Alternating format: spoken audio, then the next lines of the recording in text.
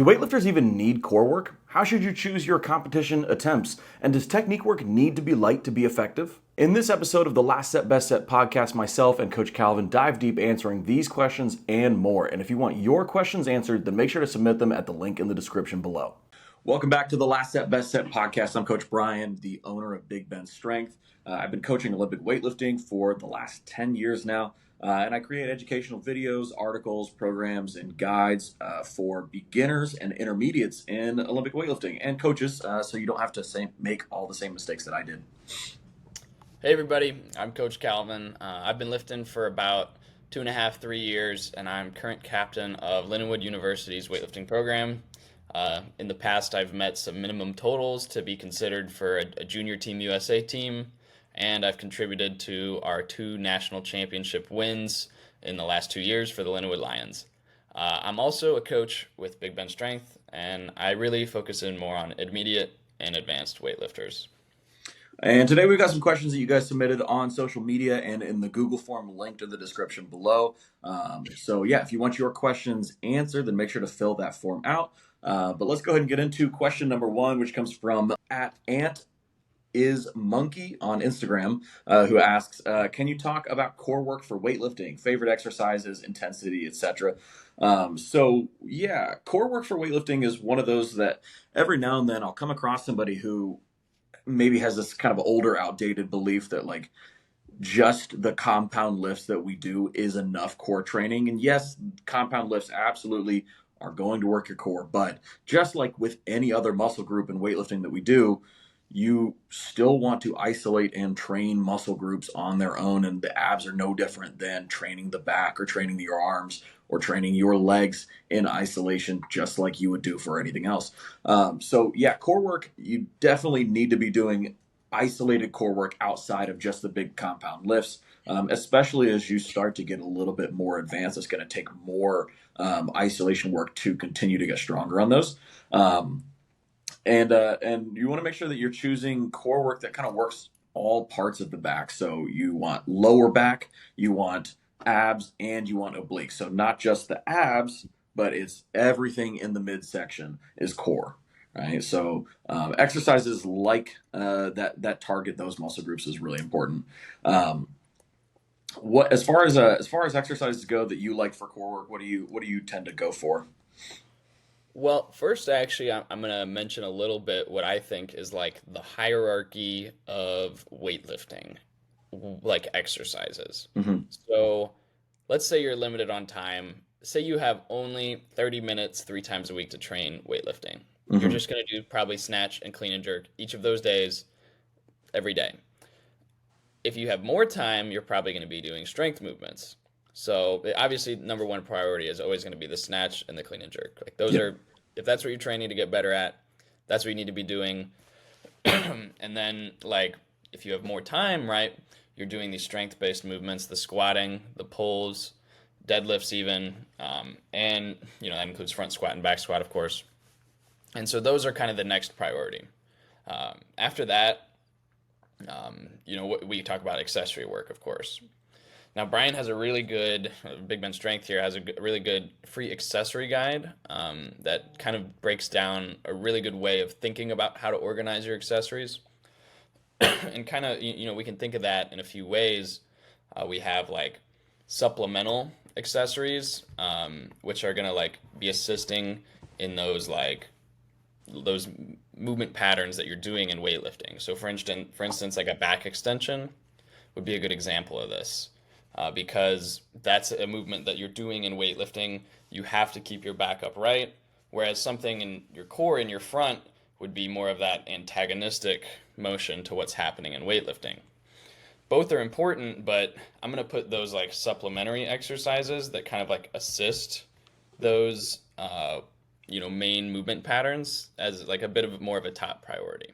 Yeah, and to correct on the terminology that I use in the guide, supplemental would be any exercise that is not normally trained through weightlifting. Yeah. And then complementary would be any exercise that is. So like a back extension would complement weightlifting really well. We do a lot of back extensions.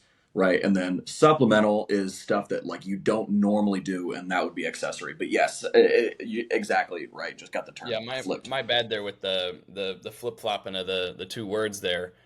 So yeah, what I was talking about was those complementary Hmm. exercises. Yeah, So those are going to be your number one priority over the supplementary ones. But it's really good. Most of us don't have like super time restrictions when it comes to our lifting. Like we can generally do a very full program. yeah, Um, so it's good to get a really full spectrum of what that might be.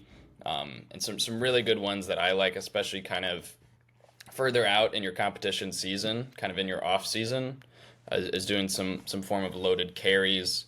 Those are going to be like definitely some of my top ones for really any athlete, not just weightlifters, even as kind of building that like horse engine, that like really powerful, strong whole body.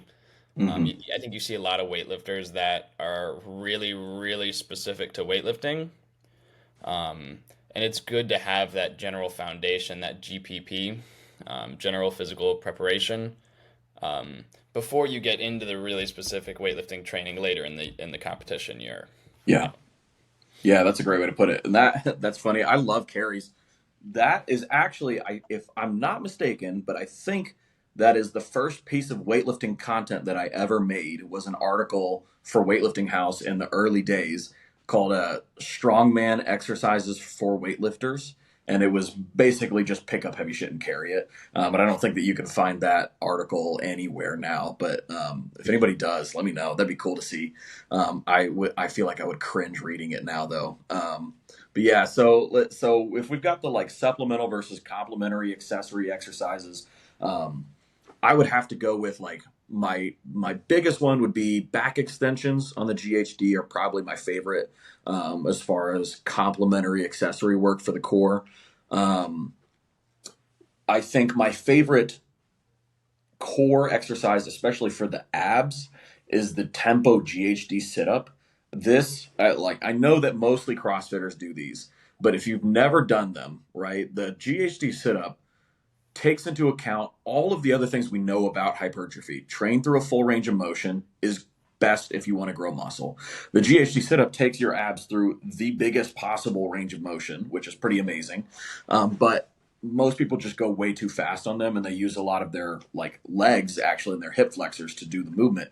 But if you go really slow on the eccentric and you're holding a dumbbell under your chin, you could do like 3 sets of 10 of this and you will be destroyed. Like your abs will be so sore. It's like the first core exercise you've ever done when you try those out. So I would recommend trying out those tempo GHD sit-ups, the 4 second count on the way down. Big fan of those. I do those as well, actually. A few tips for setting those up, like to get the most out of it. Think about your spine bending. Like, think about your spine being the part that does the motion, like that crunching of Yeah. the shoulders into the hips, like that, instead of that action happening at your hips. Hmm. So Brian said, like, you can get your hip flexors a little too involved. I think another good way to prevent this is making sure that when you're in that GHD, don't have your like butt hanging off the pad, because that'll make it a lot easier to use your hips. Hmm. Kind of have the pad more into the like low back region, more like still on your butt, right? But more upper butt Yeah. than the lower, and that'll kind of allow you to actually turn about that spine, the spinal Hmm. flexion that we're trying to do there, and the spinal extension, um, instead of having the motion happen at the hips. Yeah. And do it. One thing, like the way that I like to think about it is I reach back and then I curl up one ab at a time or one vertebrae at a time. You could feel that is so much harder than what you would normally do on that GHD. So yeah, and then I think the last thing that I would say is my favorite core work is any form of carry, and I like to do these again in the GPP phase or far further away out from competition. There's a bunch of different types of carries that you do. I think as far as strength goes, short distance, really heavy sandbag carries are a pretty unique exercise that I haven't found anything really similar to that. You also get a ton of like glutes and hamstrings while you're doing it. Those are So pretty great. So you're Um, talking about like holding the sandbag in front, yeah. and I'm talking with like a sandbag that's like about what you can about what you can bench, like somewhere in that range as far as weight goes. So we're looking for something pretty heavy there. I do really like the heavy sandbag. I don't do them as much as I used to. Those are pretty great. Farmers carries of some kind, right? Heavy. You could do handles. You could do kettlebells or dumbbells. Typically, handles will be a lot easier to load. And then where it gets real good is front rack carries. I think front rack carries might actually be one of the hardest core exercises you can do. Holding a kettlebell on the front rack position with the handle under the chin and the elbows still up, where you're not letting yourself slouch or arch your back really excessively and kind of just lean back through it, but holding a good posture like you would have right before you go into a jerk. Those are insanely hard. And then you bonus points if you want to start working the obliques a little bit more, make it one kettlebell instead of two. Or you can mix and match it. You can go a kettlebell in the front rack position and a heavier one down by your side, or a lighter one overhead. If you're doing carries, it starts to get a little funky with just like maybe it's not super specific, but try different core exercises out and see which ones you like. Because at the end of the day, the most effective core exercises are the ones you actually do. So pick ones that you like to do. Specifically over here at Lindenwood, here's how we progress our carries. In the very bare bones training, the super off season, this is like our first month back after our biggest meet, right? We are doing bilateral loaded carries, usually with dumbbells, 3 days a week, and then bilateral overhead carries the other 2 days of the week of training, of 5 days a week. Wow, that's a lot of carries. I didn't realize you guys were doing them that often. And then we're progressing it just like any other exercise that we do for accessory work. So on our base, like volume based week, we're doing 5 sets. The next week is 4 sets, then 3 sets, then 2 sets. You could increase the weight each of those weeks as well. It's kind of more of a personal thing as to how you're progressing it. Um, and then after either 1 or 2 like full training blocks of doing that, that's about 3 or 4 weeks, usually 4 weeks in our volume phase. We're switching to doing unilateral work on all of those. So it's the same protocol, 3 days a week of by your side carries, and then 2 days a week of overhead carries. But now they're unilateral. They're only one hand is holding onto the dumbbell. So I like that a lot, actually. Yeah. Nice. Yeah. So give that a try, you guys. And then, just like Calvin said, we have a free accessories guide. I'll link that down in the description below. It's got a good framework for choosing accessories. Then it's got a bunch of different accessory exercises that I found to be the most effective. So check that out. It's linked down in the description below. Let's go ahead and move on to question number 2. This episode of the podcast is brought to you by the Weekend Winter Training Camp here in Tallahassee from December 27th through the 29th. You'll get coaching from me for double-day workouts, 2 incredible max-out sessions, and a sauna and ice bath workshop presented by our friends at Midtown Medical. Click the link in the description below to register and use code LASTSETPOD to save $50 on your order. All right, back to the episode. This one comes from Anonymous. They said, "What's your advice for choosing competition attempts?" You just competed this weekend. How did it go? It went pretty well. Yeah, it was just a local meet, and I'd already qualified for everything I was trying to qualify for. The main goal, the reason of going to that meet, was because it's a national university qualifier. So they're a little more specific with that. Usually it's just state championships or meets that colleges are hosting. It's kind of to encourage more college competition happening outside of just the big university nationals meet. But the totals are they're the lowest qualifying totals for a national meet in the country. As far as, U20 and up athletes, so, adult athletes. So the 89 kg total, I believe, was like 198 kilo total. So it was going to be no problem as long as I just hit some lifts. I'd hit it.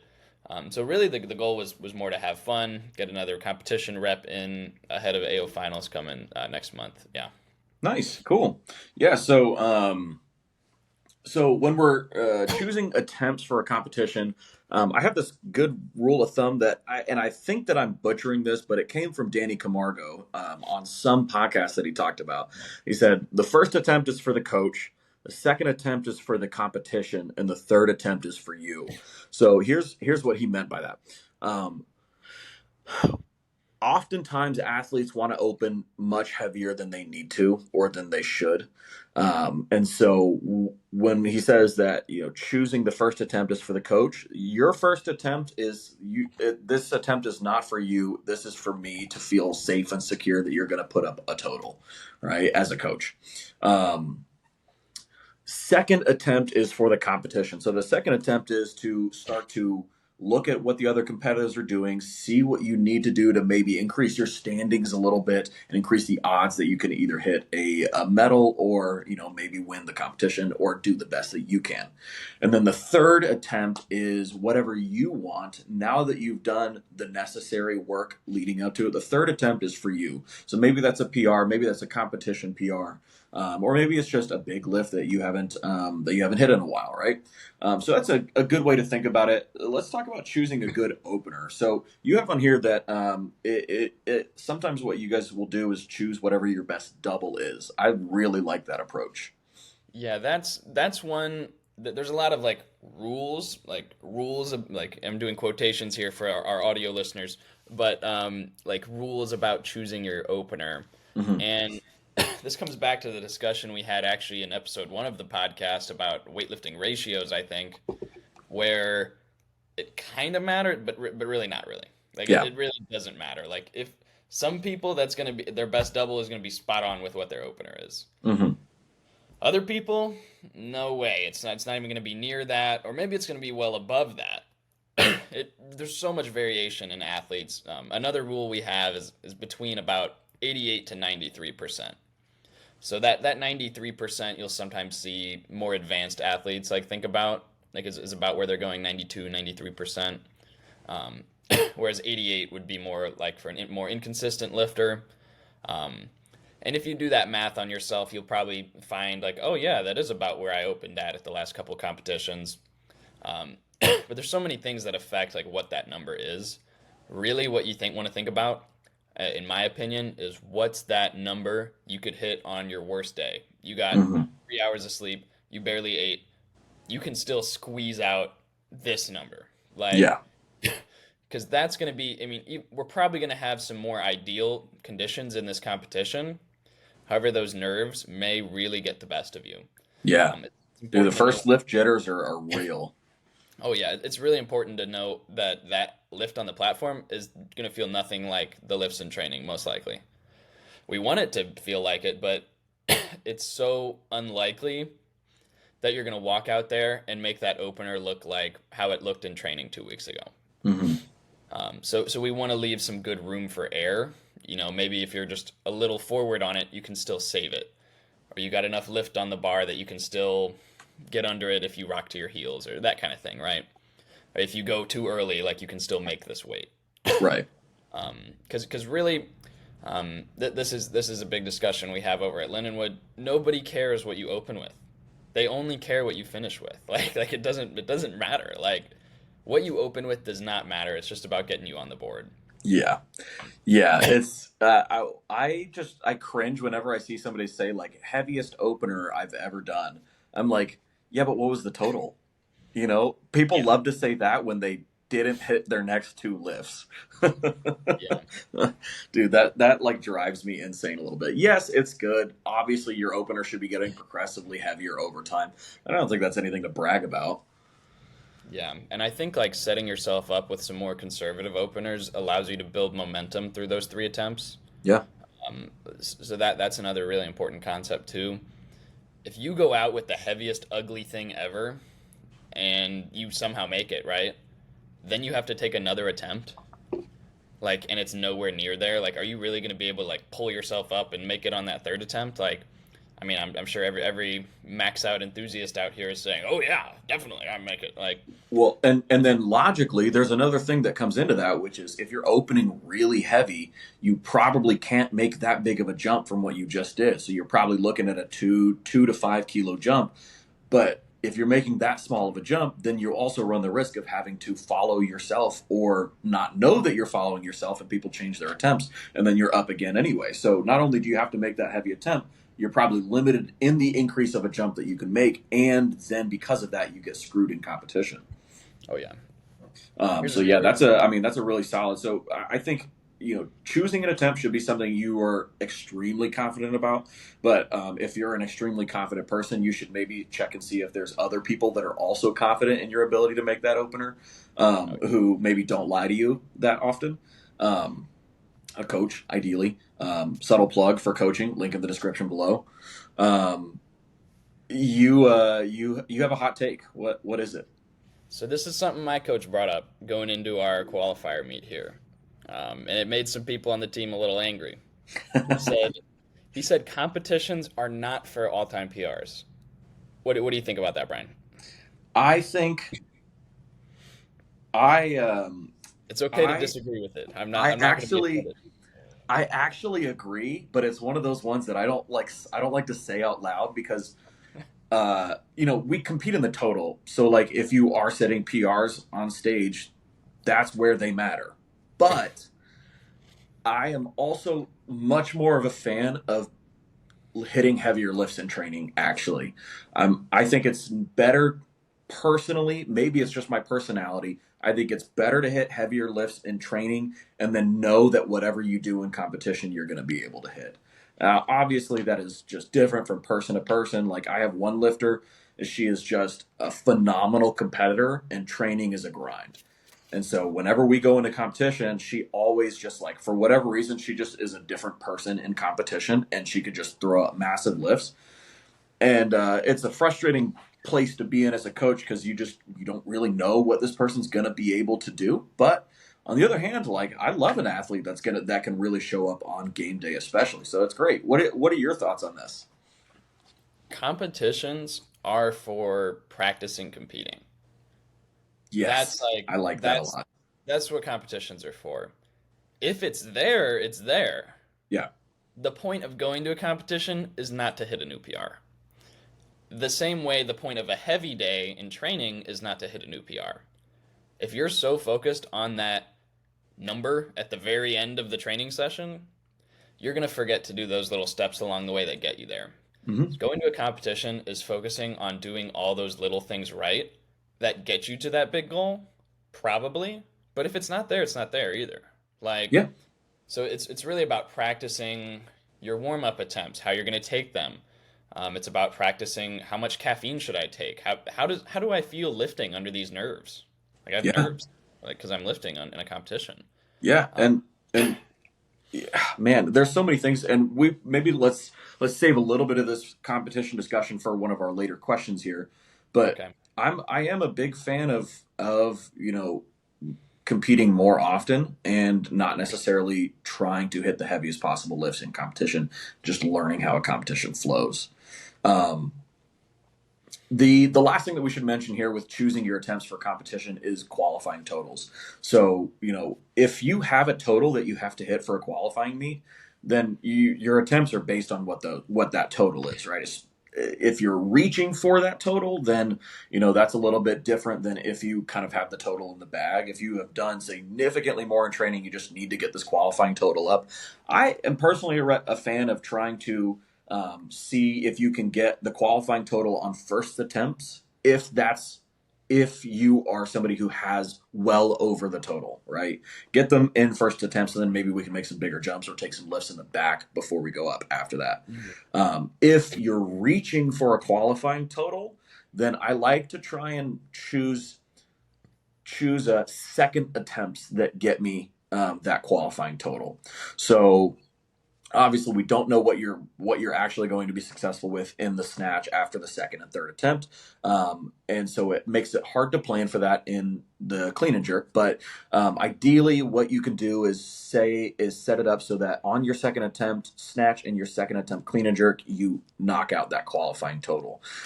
I prefer not to put all the pressure on the final lift to hit that qualifying total if possible. Partially because it's the last lift, it's the last chance that you got.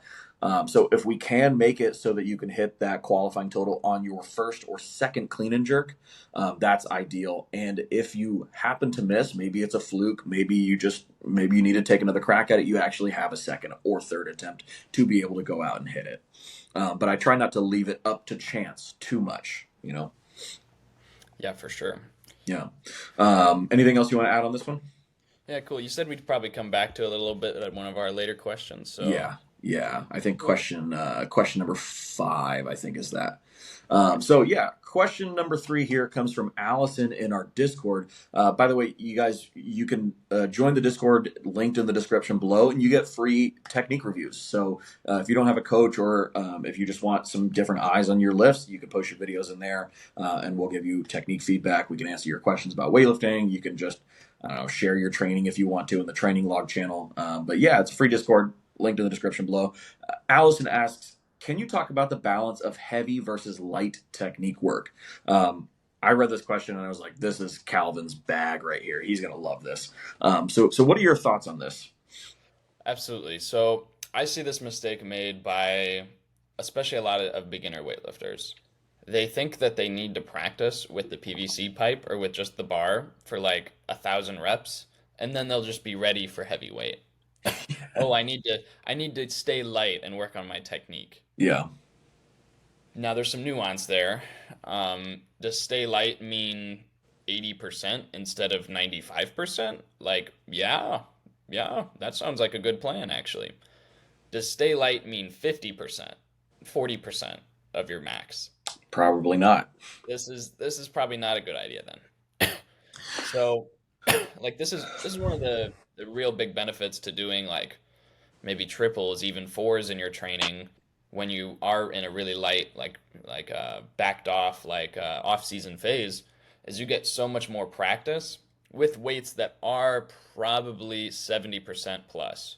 Hmm. Uh, we look at like some like old there's some Russian research on Russian weightlifters, sort of their training philosophy, and like the majority of their training is coming between 75 and 85%.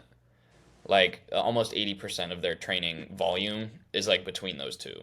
Like it's Hmm. only about 5% or so, like above 93% or so. Hmm. So most of the work is being done at those middle weights, those kind of moderately heavy weights, the ones that you have to think a little hard about, but not, it's not like a mental drain to be doing them. Um, Yeah. and so yeah, like this is definitely something that you could make a mistake in your programming and your own lifting. Don't just go super super light to work on the technique. Like you need to be at those heavy weights to work on the technique. Yeah, absolutely. Yeah, and that, there's so much nuance to this discussion because there's lots of different types of weightlifters out there. So let's say that we're working with a absolute brand new pure beginner. Your biggest limitation is knowing what to do. And so with that, you can get a lot of benefit from just working with an empty bar and knowing that I need to start leaning my chest back at this point, or I need to push down into the ground really hard like this. But once you get beyond the first 2 to 3 weeks of training where knowing what to do isn't really the biggest limiter anymore, then you're probably going to find that you need enough weight on the bar for it to be hard to do it correctly, but that you can do it correctly if you try.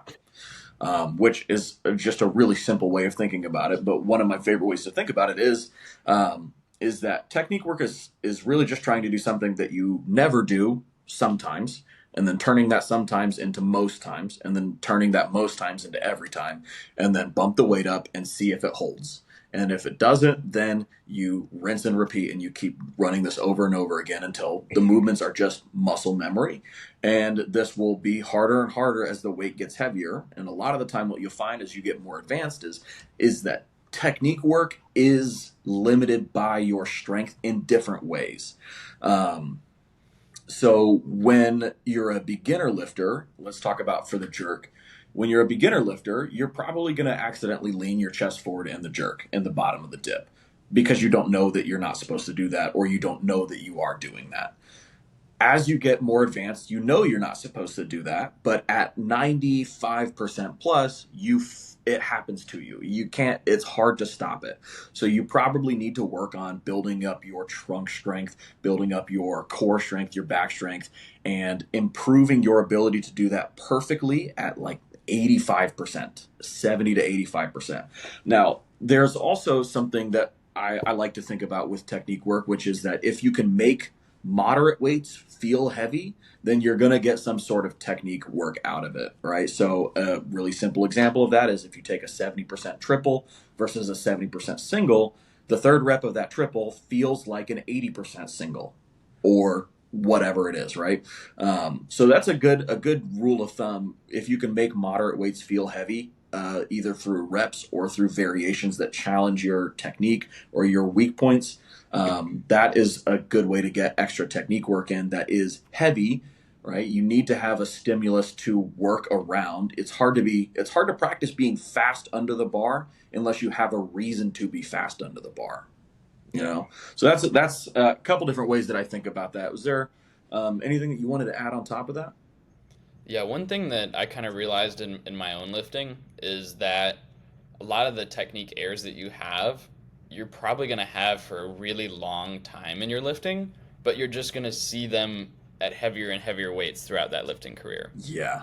So where my I might like lean back or go too far back in the top of the jerk, in the extension phase of the jerk, like I used to do that at 140, and now I really only do it at above 160. And so it's like I'm still having this kind of similar issue, or my back leg goes straight in the split jerk. Like I'm really really good about it until like above like 165, and then sometimes things fall apart. Mhm. So you might be dealing with the same problems, but just at heavier weights as you kind of master those weights over and over again.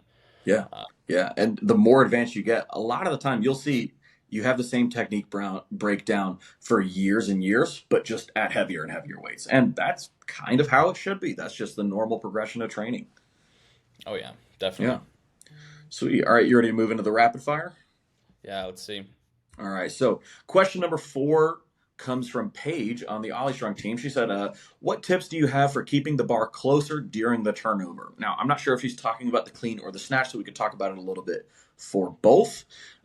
My first recommendation is to not let the bar get away from you in the first place. So, if the bar doesn't get away from you, it's a lot easier to keep it close, right? Yeah. Most of the time, this happens if you are hitting the bar away with your hips. If you're pushing forward into the bar with your hips and you're using hip drive instead of vertical leg drive. So I am a really big fan of using the tempo snatch and the tempo clean to practice this. Um, but that is a good rule of thumb is don't let your hips push the bar away in the first place. And then it's much easier to be more intentional in the turnover. The second thing, this is just a small tip that I found for some beginners, just an easy fix. Make sure that when you're setting up in the snatch that your elbows are pointed up and not back, right? So we don't want the elbows pointed back like you probably would in a deadlift. You want them pointed up so that the elbows can lead up and keep the bar close pretty naturally. And that's just a real quick fix for the snatch. Um, and then the last thing that I wanted to point out on this is I know some people are maybe have heard the phrase like when the arms bend, the power ends. Um, that is a different issue. But for some reason, people heard that and started not using their arms at all or thinking that they're not supposed to use their arms at all. We just want to make sure that we use our arms at the right time. Your arms do everything to get you under the bar in both the snatch, the clean, and the jerk. So we want to make sure we're using our legs to launch the bar, but then immediately after that launch, we are using our arms as aggressively as possible to finish putting the bar in its final spot and move us under the bar as quickly as possible. So, don't get lazy with the arms after you extend. We're not falling under the bar. We're not dropping under the bar. We're pulling or punching ourselves actively under the bar. So between those 3 things, I think that really has helped me a lot with the turnover. Was there anything else that you wanted to add for that? Absolutely. I think I'll mention just a little bit about the arms. This is something I was working on with one of my athletes literally just yesterday. Um, and when talking about the role of the arms, it's easy to be a little black and white, like, oh, once you hit extension, the arms only put you under the bar. They only Hmm. pull you under. Hmm. While this is like a decent like understanding of how the arms are working during the lifts, it's not the complete story because you watch someone do maybe an 80% clean, for instance, the bar's still elevating while they're moving under. Hmm. And so it's important to like say especially when you're at more lighter percentages, like that bar is going to continue moving up when you start to move down. So it's kind of like this pulley effect. Like if you had a pulley and one side's moving up, one side's moving down. Now, when you get to heavier and heavier weights, more maximal weights, you're going to see that distance the bar goes up is less, but that intention to pull on it stays the same. And it really just results in more of a downward movement of your body and less of an upward movement of the bar. Hmm. Because, at a maximal clean weight, you're really not getting that much elevation on it. So, so what we're thinking about is like still pulling up, right? But that upward pull results in you going down, just like that pulley motion. Hmm. So, but it's important to not try and only pull up. Like you're still letting yourself go down. So there's a lot of nuance there with like what the arms are doing. Um, but yeah, I do want to kind of come back to because most people like it's not a misunderstanding of the arms. It's probably something else going on in your pull that's Hmm. causing the bar to go forward. So like start position could be huge. Are your hips high enough? Are they too low, causing your shoulders to be behind the bar? Um, everything about foot pressure there. There's so many things going on. So really the best thing you can do, like the bar going forward is like one of the most basic technique errors, and there's 10,000 things that can cause it. Yeah. So the best thing you can do here is like reach out to someone, um, like in our Discord, DM your video to me, um, and get like somebody that's been training for a while, get their opinion on why it's happening, and that's probably your best bet here because there's so many explanations for it. Yeah. Yeah. 100%. And there's, I mean, the the not getting it, not letting the bar get away in the first place is really like that's the bulk of most weightlifting training is like trying not to do that anyway. So check your start position, make sure that you're not pushing your hips forward into the bar. Generally, like you can fix a lot of this with just focus on midfoot balance and keeping that throughout the majority of the lift. But yeah, if you need help with your technique, you guys can join the Discord and post your videos there. So yeah. All right. Question number 5 from Anonymous says, how good do you need to be to compete? So this is kind of something that we were talking about a little bit earlier. Um, I am a huge fan of competing as often as possible, but not necessarily needing to go to maximums or set PRs or even go heavy at these competitions because you said something about it, which is that like most competitions are just about learning how to compete, learning the skill of competition. So what are some of the things that you're doing when you compete where you're trying to learn something about competition? We are trying to set a standard for something you can apply to all competitions. We want as many variables to be controlled as possible. We want you to be really comfortable out on that competition platform. So a great recommendation for when people do compete is to not add anything new in. Like don't try something new and crazy. Like when you're going to compete, try those things in training, see if they work. If they really do work for you, keep doing them. And once you've been doing them for a while, you can bring it into your competition routine. Hmm. So that goes for food, that goes for caffeine intake, that goes for the way you're taking your warm up attempts. Don't suddenly start doing power plus full just because it's a competition, like in your warm up, when you never do that otherwise. Yeah. Don't suddenly start taking huge jumps and barely any rest time when you don't do that. Like plan out how this is going to happen, apply it both in your training and in your competitions, um, so that you're not like surprised when something feels different when you did it differently.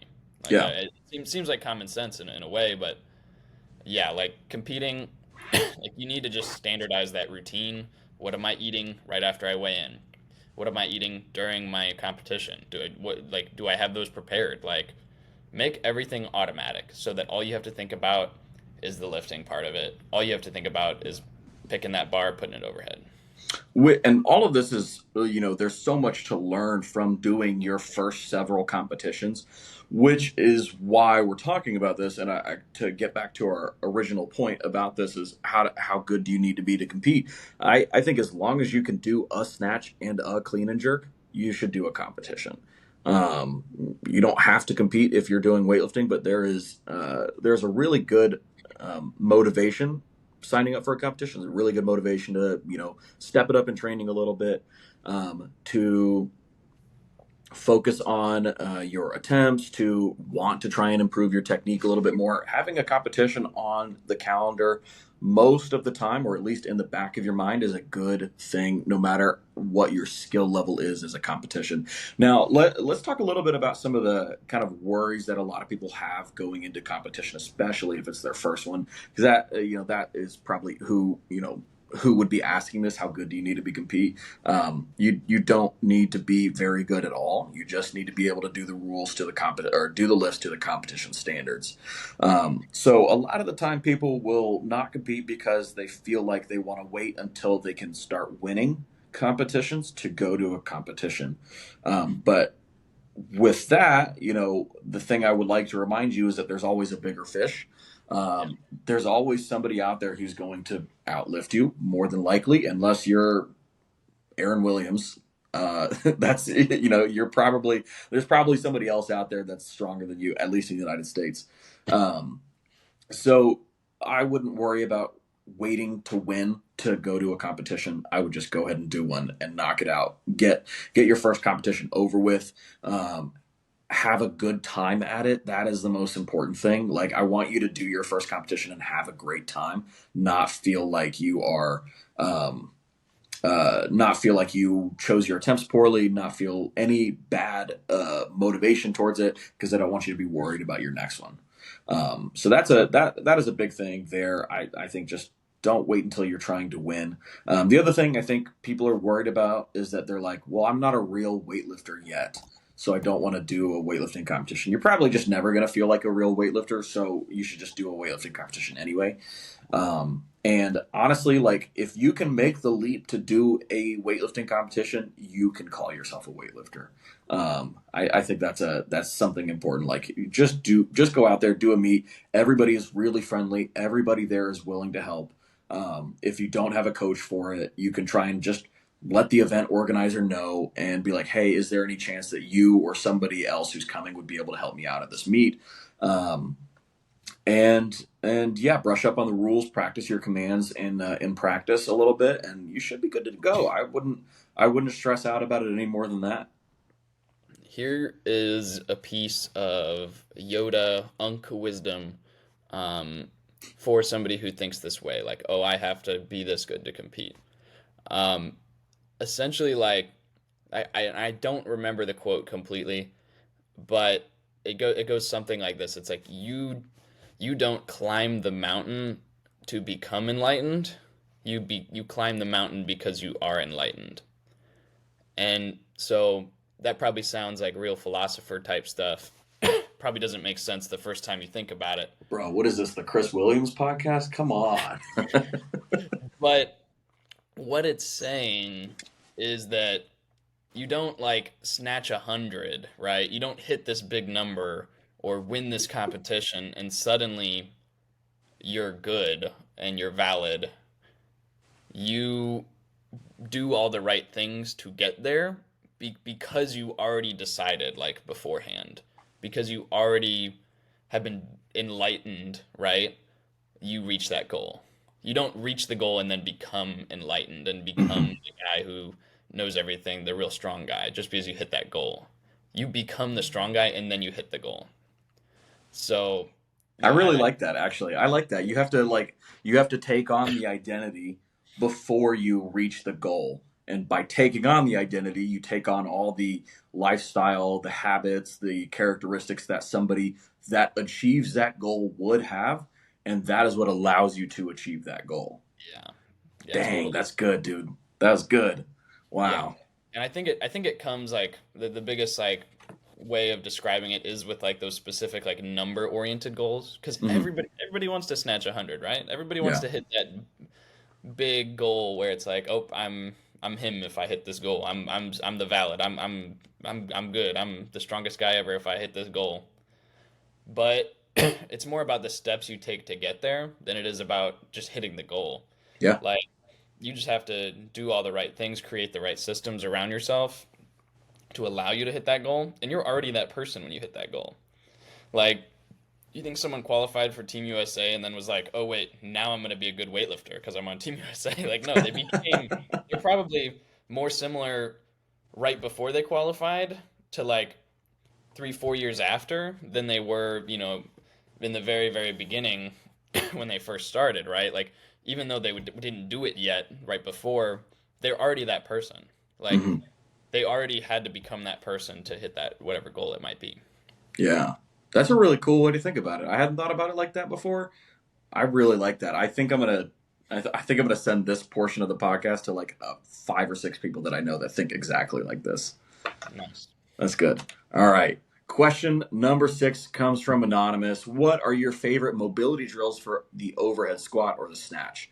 Um, have you ever had like mobility issues with the snatch? Has that been a struggle for you? Yeah, I still kind of deal with some things a little bit here and there.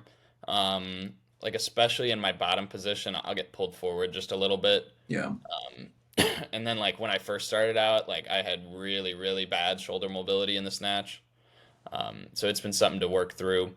But I'm finally at the point where I'm like snatch balancing more than my snatch. So Nice.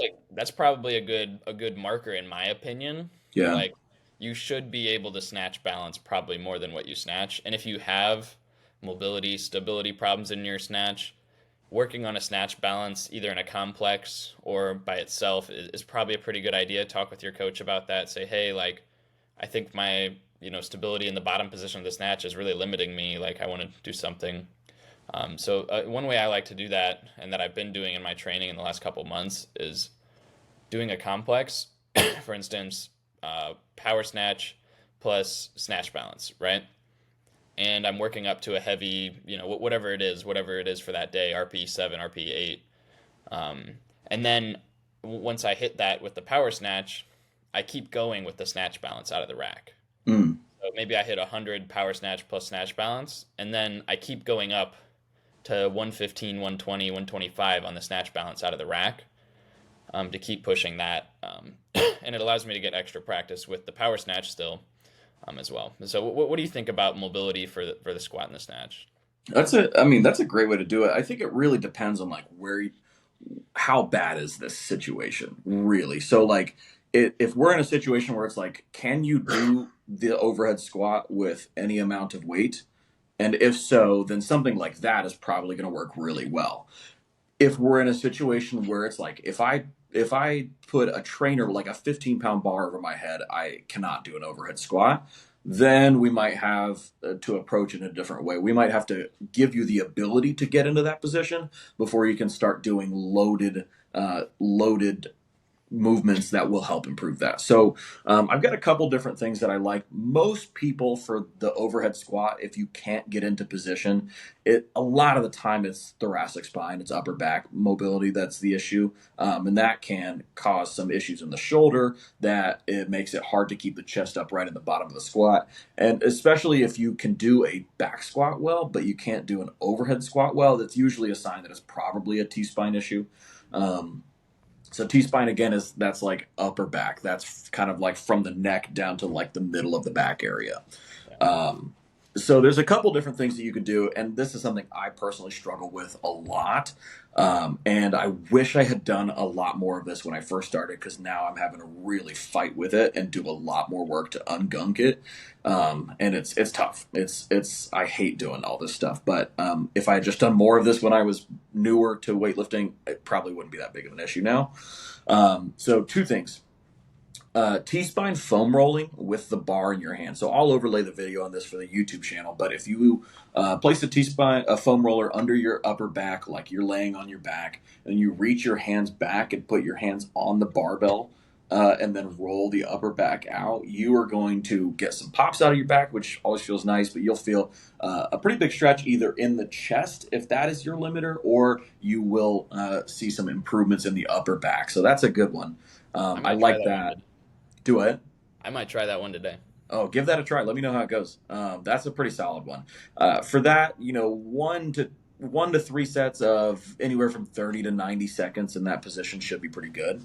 Um, Another one that people don't think about for the thoracic spine, but really does help improve is thoracic rotation. So your upper back is not just forward and backward mobility, but if you improve rotation of the upper back, you can also, by doing that, improve your ability to keep it arched as well, or extended. Thoracic rotations, just laying down on prone position or hands and knees on the ground, hand behind the head, rotate down, rotate up as far as you can go. There's some more extreme versions of that that will challenge that position even more. But thoracic rotations are another good one. But once you get to the point where you can kind of sort of do an overhead squat pretty well, then my favorite way to work on this is just by doing overhead squats and doing lots of them.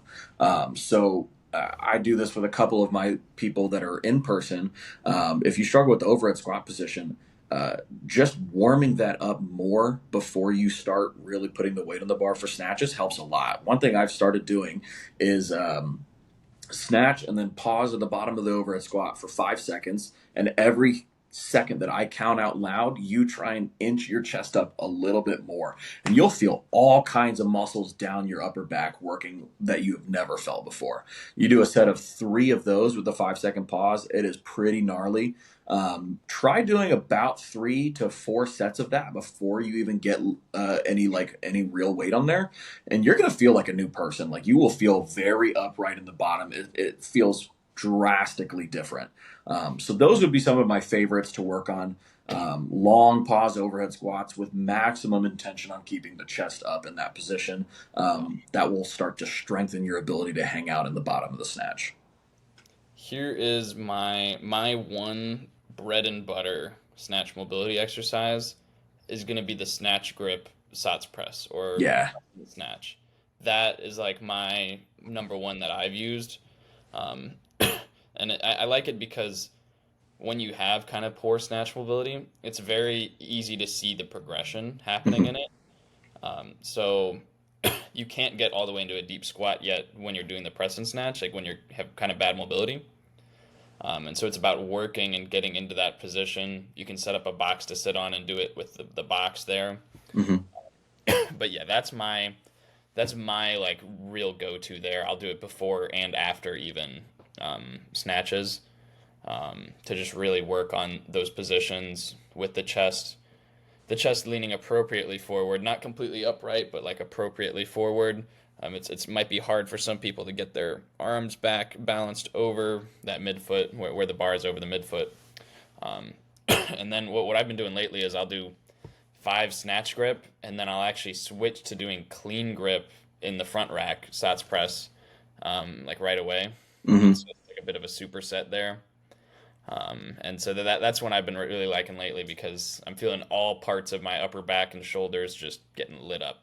Yeah, those are great. That's a great primer before snatching or even before cutting if you're doing that front rack. Those are really solid. So yeah, those are some of our recommendations for um, mobility for the overhead squat. But if you want more mobility exercises, not just for the overhead squat, but maybe it's for the squat or for the jerk overhead position or the front rack, then you guys can check out the free mobility guide that I put together, linked in the description below as well. Was there anything else that you wanted to cover on this? Nah, that's been good.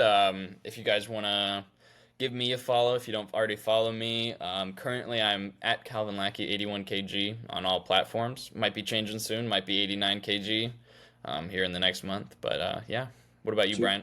Sweet, yeah, and you guys can find me at Big Ben Strength on YouTube, Instagram, and TikTok. And I also want to blast out the articles that I put out. So if you have any questions about weightlifting, there's a good chance that I've probably written an article on this. So go ahead and check that out at bigbendsc.com, and check out all the articles that we got on our blog there. Yeah, I think that's it. We'll catch you guys on the next one. Bye. See ya.